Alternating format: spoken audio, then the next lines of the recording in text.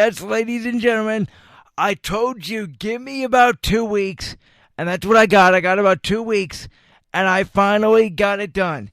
If you have not watched Amazon's All or Nothing 8-part series with the Philadelphia Eagles, it is a special treat, ladies and gentlemen, especially for me as a Philadelphia Eagles fan.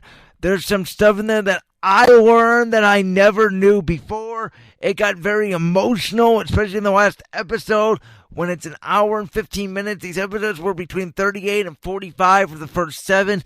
The last one was obviously the last 3 weeks of the season and went a little bit longer. So the pros and cons to me of All or Nothing were a big pro to me was it went throughout the entire season. You know, comparing it to Hard Knocks is only training camp.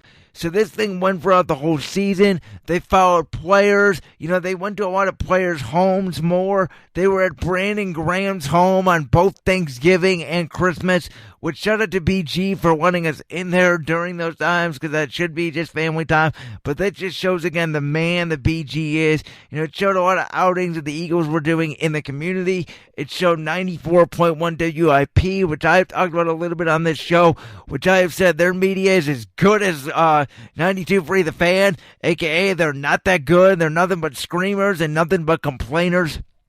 And it showed me something. You know, there was, I think this was after the Miami game, they showed this guy working at a Philly cheesesteak restaurant. And, you know, they had the guy, the owner I think it was, and they had all his employees there, all the workers. They were making the food. And these guys are just like, man, these guys are getting paid $100 million.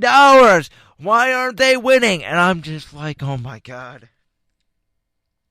Here we go again with fans. Folks, I understand most of you guys are fans. You sit there and you yell and you scream and you cheer. I call myself a realistic fan. We're on Sundays at 1 o'clock, and my family knows this, and every good friend of mine knows this. You bother me during an Eagles game? You better not, because I will raise hell. I am in all my Eagles clothes. I'm ready to go. Fly, Eagles, fly at 1 o'clock every Sunday, and I'm cheering and screaming, and I'm as happy or sad as every single one of you. But my ability is to rein you in, and this is where I differ from most fans. Every loss, it's, oh my God, the sky is falling. And every win, it's, we're going to the Super Bowl. No. Folks, how many times have I explained this, whether it's football, basketball, baseball? Sports is a process. You go through a process. This Eagles team, the last 2 years, one of the best teams I have ever seen in my young life at overcoming adversity, injuries, loving each other, good coaching, because they have good coaching. And it's something special. Don't ever write off your football team or your baseball team or your hockey team or your basketball team or your volleyball team for that matter until they are dead in the water, eliminated from the playoffs. If they are at least a contending playoff team. I think one of the most special things about this Eagles team was after the release of Orlando Scandrick, which they documented that in All or Nothing. By the way, a great selling point for me was they documented Brandon Brooks' struggle with anxiety. In episode 6, they went all into that. Now, not to be mean or anything, but I have given Brandon Brooks some flack for this anxiety. It's like, dude, it's been 3 or 4 years now. Get it under control. I'm not being mean, but how can I rely on you when in my biggest playoff game of the year, you go out with anxiety? It's not being mean. It's true. Okay, we got to have guys that can play, and thank God Brandon Brooks finally got this under control. And they document that throughout All or Nothing. And that's one of the things I really liked. One of the things I necessarily didn't like was I thought they needed to focus more on Doug Peterson and Howie Roseman and really Jim Schwartz. They didn't focus on Jim Schwartz at all. I thought we'd get some F-bombs in there from Jim Schwartz. We got nothing from Jim Schwartz. I didn't even think I heard one quote from Jim Schwartz in all of the 8 episodes. That I was disappointed in. Disappointed they didn't focus more on Deuce Staley, our great assistant coach slash running backs coach. He's a way better running back coach than Freddie Kitchens, I'll tell you that. And Deuce is one of the best running back coaches around. I think he's the best in football, and I'm not even saying that as an Eagles fan. He's just a really good running backs coach.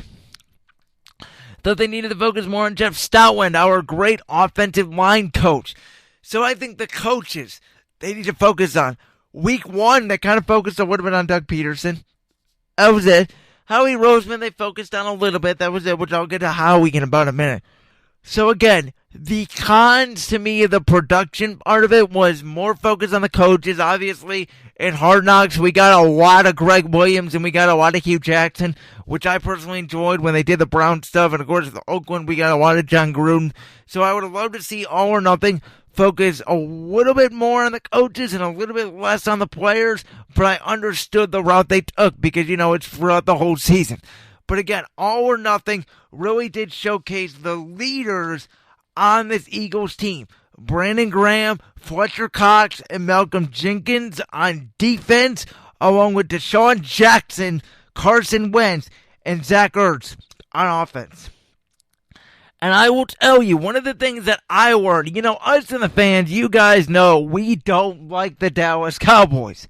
I can't stand the Dallas Cowboys. Everybody knows in Philly, or if you're an Eagles fan, even here in Kent, Ohio, you know when it's Cowboy Week. You know we get amped up. You know when it's Cowboy Week. I didn't know the players knew that as well. The players hate Dallas.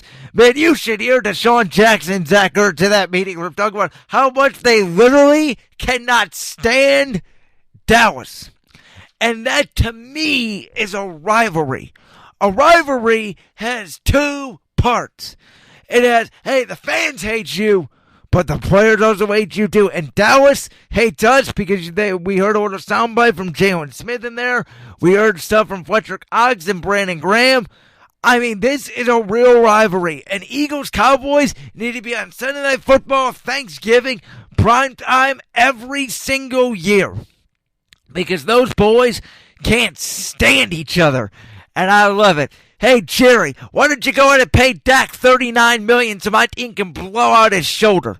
I would love it. I really don't want to see Tom Brady in that Dallas Star because I can't stand that Dallas Star.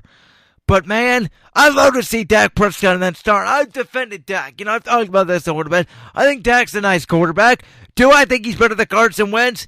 Heck, no. Carson Wentz, again, this is the last time I'm saying this. I'm wearing a Carson Wentz shirt today for a reason, folks. It's the last time I'm going to say it. Howie Roseman said it. Doug Peterson has said it this week at the Combine. Carson Wentz is a leader. Carson Wentz is our guy. Especially late in the year when we were playing with practice squad guys, Greg Ward, Boston Scott, Bellamy. You guys all know the story. Carson Wentz kept saying, man, kid, I'm so proud of you. I love you, kid. Good job, kid. We can't do this without you. And Boston Scott actually said Carson Wentz pulled him aside and said, hey, kid, listen, don't worry about nothing. I believe in you. Just be you.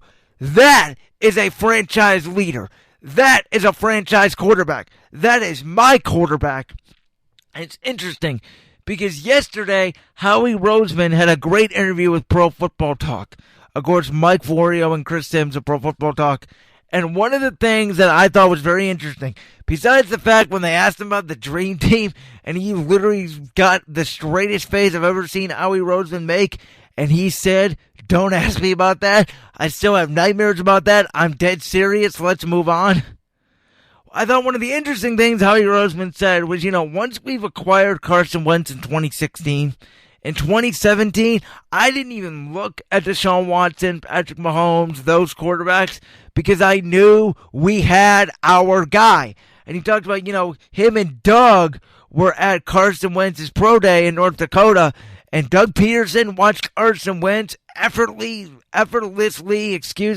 throw the ball 50 yards down the field. And Doug's eyes widened, and he looked at Howie, and they went, that guy can play in Philly. And they said once they got him in the room and they were able to go on the board and talk actual football, yeah, Carson Wentz is my guy for the future and for my football team. Last thing I want to address here with the Eagles, and it's in general too, about NFL free agency and the combine. So they asked Howie Roseman a question, obviously about the team, but they also asked about free agency and draft timing. And I thought one of the interesting things he said was, I love the fact that free agency is before the draft. Obviously in the NBA, the draft is first. He said that way, if you don't get a guy in free agency, you know you can still get him in the draft. Where the draft comes first, you're still kind of prepping to get a free agent, and then if you miss him, you're screwed. So I thought that was interesting. I also thought it was interesting where he said, the combine, they look at like, that's good numbers. Maybe this guy shoots up from a third rounder to a second rounder or a fifth rounder to a fourth rounder or whatever. But really, you only know a guy once you get him in the pro day, once you get him in the meeting room, and then you really don't know him until you draft him. They loved Carson Wentz from day one, but they didn't know how special Carson Wentz was until they got him in the building. Howie Roseman also addressed speed at wide receiver. I think they're going to do that for free agency. The Eagles' history is they don't like drafting wide receivers in the first round. Howie Roseman also mentioned yesterday he expects J.J. Arcega-Whiteside to really step up next year, which I found is a very interesting comment. Obviously, they need to add speed. Howie knows it. Doug knows it. They talked about it. I think this team is gearing up, and Howie Roseman talked about it. We have 10 picks this year where we've had 10 picks in the last 2 years. So 5 each year, where this year we have 10. So we have more armor to go trade up if we want to, and they're about adding more talent for Carson Wentz on the offensive side without giving up on the defensive side. I do think a contract is going to be reached with Malcolm Jenkins. I do think the Eagles are going to shore up some holes on the defensive line and at linebacker. I know Branham got cut. I talked about this last week. That was more of a casualty. I think Doug Peterson's looking more of like T.J. Edwards and those guys to really step up. And T.J. Edwards played pretty well for an undrafted guy out of Wisconsin. Of course, we have Nate Gary from Nebraska. So we have some young talent there at linebacker. I'm looking for a little bit more youth there as well. So this Eagles team to me is right there. It'll be interesting to see what the Giants and the Cowboys and Washington do. But I think the Eagles are right there with Dallas in terms of the NFC East. And I am excited for this football team come August, come September, even come July. Like, I am ready now to watch Eagles football. It's funny. I was talking to some guy the other day, and he was a Red Wings fan. Detroit Red Wings fan. Now, reminder, I don't like hockey that much. But he said to me, like, I love Red Wings games, and I'm a diehard Red Wings fan. No matter if they win or lose, I'm there watching every single game. I love my Red Wings. That's the way I feel about my Eagles. I've never felt so emotional and so attached to one team as I do the Philadelphia Eagles. Win, lose, or draw, I am there every Sunday, whether it's at 1, 4, 8, whether it's a Monday or Thursday, whenever they play. I am there watching every single snap, whether it's a blowout on our end, whether it's a blowout on their end, or whether it's a close game. I watch every single snap. I watch the process, and I love my football team. And I don't care what you guys say about Carson Wentz or whatever, but I think this team is going to be fine heading into next season. That's my verdict, and I love All or Nothing. And if you're a football fan, you need to go on Amazon Prime, and you need to watch it pronto.